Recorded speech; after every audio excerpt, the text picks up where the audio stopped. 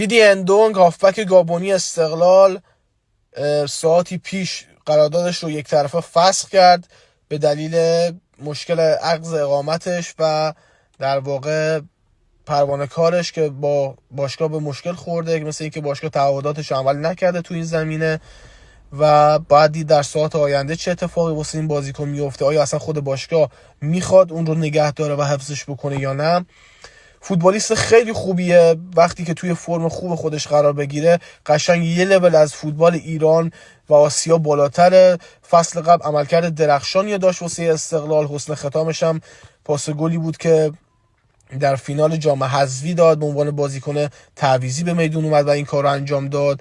بازیکن خیلی خوبیه. این فصل به دلیل معصومیت و بازی‌های ملی و افت فیزیکی که داشت زیاد نتونست به استقلال کمک بکنه، اما بازیکن فوق‌العاده خوبیه.